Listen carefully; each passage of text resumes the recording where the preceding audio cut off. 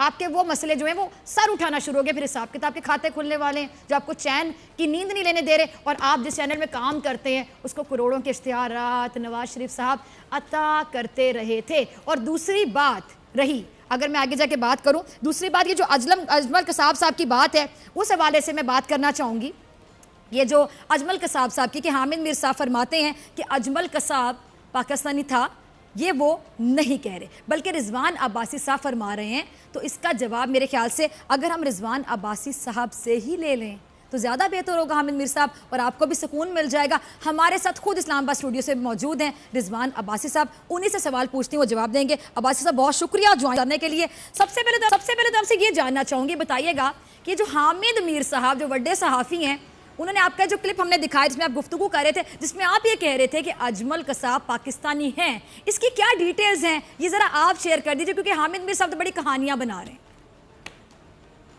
دیکھیں, آج بھی جو پاکستان میں ممبئی اٹیک سے ریلیٹڈ کیس چل رہا ہے, اس میں جو پروسیکیوشن کا جو سٹینس ہے وہ آج بھی یہی ہے کہ اجمل قصاب پاکستانی تھا. یہاں پہ جو پروسیکیوشن چل رہی ہے, جو لوگ جیل میں ہیں اور ان کی حد تک, اور جو اجمل قصاب سے وہ جو انڈیا سے ڈاکومنٹس آئے, تو ادھر جو ایف آئی اے والوں نے اپنی انویسٹیگیشن کر کے رپورٹ سبمٹ کر کے جو سٹینس لیا اجمل قصاب کے حوالے سے, وہ یہی لیا کہ وہ پاکستانی تھا. لیکن الحمدللہ ہم ڈیورنگ ٹرائل ایویڈنس کے بعد یہ ثابت کرنے میں کامیاب ہو گئے ہیں کہ اجمل قصاب کا پاکستان سے کوئی تعلق نہیں تھا. اجمل قصاب پاکستانی نہیں تھا. یہ ایویڈنس مینوپلیٹ کر کے, جھوٹے بیان دے کر, جھوٹے بیان ریکارڈ کر کے, جیلی ڈاکومنٹ ساتھ کورٹ فائل کے لگا کر, یہ انہوں نے اجمل قصاب کو پاکستانی ثابت کرنے کی کوشش کی. لیکن ٹرائل کے دوران یہ ثابت ہو گیا کہ اجمل قصاب پاکستانی نہیں تھا. اجمل قصاب کا پاکستان سے کسی قسم کا کوئی تعلق نہیں تھا.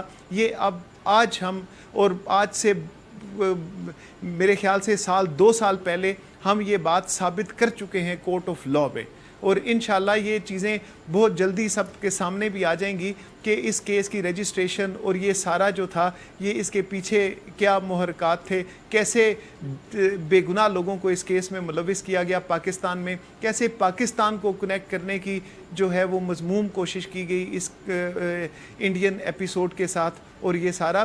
لیکن میں آپ کے سامنے پوری رسپانسبلٹی سے یہ بات کہہ رہا ہوں کہ ہم اس عدالت میں, اینٹی ٹیررزم کورٹ میں یہ ثابت, الحمدللہ یہ ثابت کر چکے ہیں کہ اجمل قصاب پاکستانی نہیں تھا اور اس کا پاکستان سے کوئی تعلق نہیں تھا. اچھا, آپ سے جاننا چاہوں گی رضوان عباسی صاحب, کسی بھی جو انسان آپ کو دیکھ رہا ہے, کوئی بھی شخص آپ کو دیکھ رہا ہے, ٹی وی دیکھ رہا ہے, اس ٹائم پہ بول نیوز دیکھ رہا ہے, ایسے نہیں چلے دیکھ رہا ہے, آپ کی گفتگو, آپ کا موقف سن رہا ہے, اس کے ذہن میں ایک سوال آئے گا کہ تحقیقات مکمل ہونے کے بعد حامد میر صاحب نے آپ کا کوئی موقف دوبارہ نہیں لیا؟ نہیں, اس کے بعد جو ہے ڈیورنگ ٹرائل اور اس کے بعد جو ہے دوبارہ اس بارے میں انہوں نے کوئی میرا ورشن نہیں لیا اجمل قصاب کے حوالے سے یا کسی اور حوالے سے. تو آپ اس کو کیسے دیکھتے ہیں؟ کیا یہ صحافت یا اوتھینٹسٹی ہے کہ تحقیقات کے بعد آپ کا کوئی موقف ہی نہ لیا گیا ہو؟ یعنی جہاں پہ موقف, ان کے موقف کو ڈیفینڈ کرے, وہاں تک وہ بڑا ڈنڈورا پیٹتے رہیں, لیکن بعد میں وہ آپ کا موقف نہ لیں. ابھی تو دیکھیں, یہ موقف والی بات ہی نہیں ہے, ابھی تو یہ ایویڈنس والی بات ہے. کچھ گواہان تھے جن کے بیانات کی روشنی میں ایف آئی اے والے یہ کلیم کر رہے تھے کہ اجمل قصاب پاکستانی ہے. وہ لوگ عدالت میں ایگزامن ہوئے, ہم نے ایویڈنس کروائی. اب میں کیونکہ ان کیمرہ پروسیڈنگز کا آرڈر ہے, میں ساری چیزیں نہیں بتا سکتا, لیکن اس میں ہم یہ ثابت کرنے میں کامیاب ہو گئے ہیں. وہ اگر کوئی وہ ڈاکومنٹس پڑھے گا تو اسے خود سمجھ آ جائے گی کہ اجمل قصاب کے متعلق جو جھوٹا پلندہ اور جو جھوٹ بولا گیا, اور جو اس کو پاکستان کے ساتھ نتھی کرنے کی کوشش کی گئی, جو اس کو پاکستانی جو لوگ چاہتے تھے کہ یہ ثابت ہو کہ وہ پاکستانی ہے, وہ بالکل ناکام ہو گئے. اور ایویڈنس کی مضبوط شواہد کی بنیاد پہ وہ ناکام ہوئے کہ, اور وہ جو جیلی جو جھوٹی شہادتیں جو انہوں نے پیش کی ہوئی تھیں وہ بالکل جو ہے وہ سسٹین نہیں کر سکی کورٹ آف لاء میں, اور یہ ثابت ہو گیا کہ وہ پاکستانی نہیں تھا. تو اب تو موقف والی بات نہیں ہے, اب تو ایویڈنس والی بات ہے.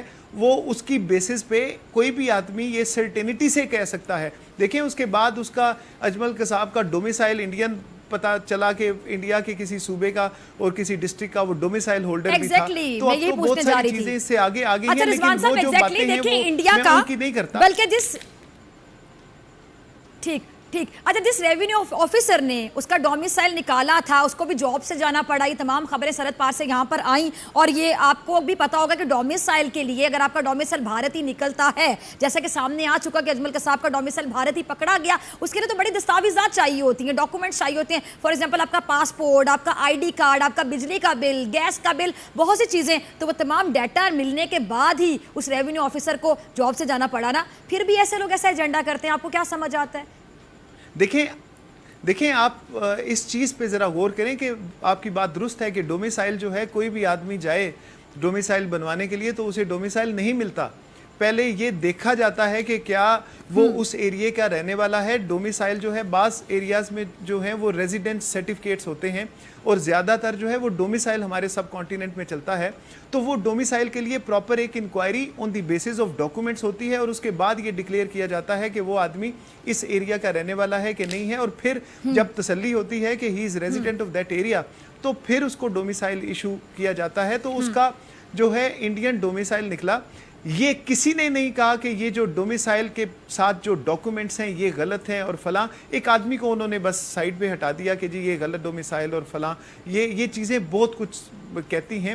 لیکن میں ان چیزوں پہ نہیں جاتا, میں تو ان چیزوں پہ جا رہا ہوں کہ جو ہمارے پاس ڈاکومنٹس موجود ہیں اور جو کچھ چیزیں ابھی ریکارڈ کے اوپر آ چکی ہیں, وہ چیزیں اس قدر کافی ہیں کہ ان کی بیسس پہ یہ یقین سے کہا جا سکتا ہے کہ اجمل قصاب کا پاکستان کے ساتھ کوئی تعلق نہیں تھا, وہ پاکستانی نہیں تھا.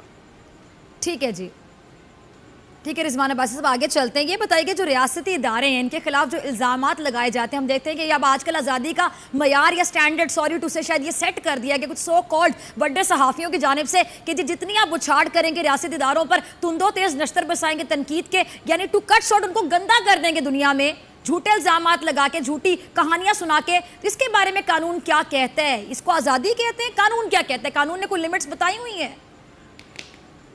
جی بالکل, قانون میں بہت ساری لمٹس ہیں اور اس میں بہت سارے لاز بھی ابھی ایگزسٹ کرتے ہیں اور بڑے ان کے اوپر امپلیمنٹ بھی کروایا جا سکتا ہے. اور یہ ہماری بدقسمتی کہ یہ صرف ہمارے ہاں یہ فیشن پایا جاتا ہے کہ اپنے آپ کو بڑا ثابت کرنے کے لیے کسی ادارے کو ہم چھوٹا ثابت کرنے کے لیے اور اس کے اوپر الزام تراشی کرتے ہیں. تو میرے خیال سے یہ جو ٹرینڈ ہے یہ نہیں ہونا چاہیے, اس کو پروان نہیں چڑھنا چاہیے اور اس کو ڈسکریج کرنا چاہیے ان ساری چیزوں کو. دیکھیں ہم لوگ پاکستانی ہیں, پاکستان کی وجہ سے آج ہم دنیا میں کسی جگہ پہ بھی ہمارا نام عزت سے اور ہماری شناخت پاکستان ہے. اور اگر ہم پاکستان کے اداروں اور ان کے خلاف اس قسم کی ہرزہ سرائی کریں گے تو وہ انفیکٹ ہم اپنے آپ کو ڈیگریڈ کر رہے ہوتے ہیں. یہ اس سے ہمارا قد اگر سوچا جائے تو قد بڑھتا نہیں ہے, ہمارا قد کم ہوتا ہے. ہم لوگ ہمارا مذاق بناتے ہیں, ہمیں جو ہے لوگوں کو یہ موقع ملتا ہے کہ وہ ان چیزوں کو بیس بنا کے ہمارے ملک کو بدنام کریں. تو ہمیں یہ اپرچونٹیز نہیں دینی چاہیے. کیا آپ کورونا کے خوف سے ہیں ڈپریشن کا شکار؟ اب نہ ہوں پریشان, بول لا رہا ہے محفوظ پاکستان کے تحت ڈاکٹر آن لائن. ماہرین صحت سے پوچھیں کورونا سے متعلق اپنے سوالات. رابطے کے لیے فون اٹھائیں اور ڈائل کریں 021-350-91425 021-3509-1433. لائیو کالز سپہر 2 سے 3 اور شام 5 سے 6 کے درمیان. آپ اپنے سوالات واٹس ایپ پر بھی بھیج سکتے ہیں 0337-0310-377. جوابات اسکرین پر دیے گئے اوقات مقررہ میں نشر کیے جائیں گے. صبح 10 بجے, صبح 11 بجے, شام 7 بجے, رات 8 بجے, رات 10 بجے اور رات 11 بجے. تو جڑے رہیے بول کے ساتھ, کیونکہ بول کا پیغام محفوظ پاکستان.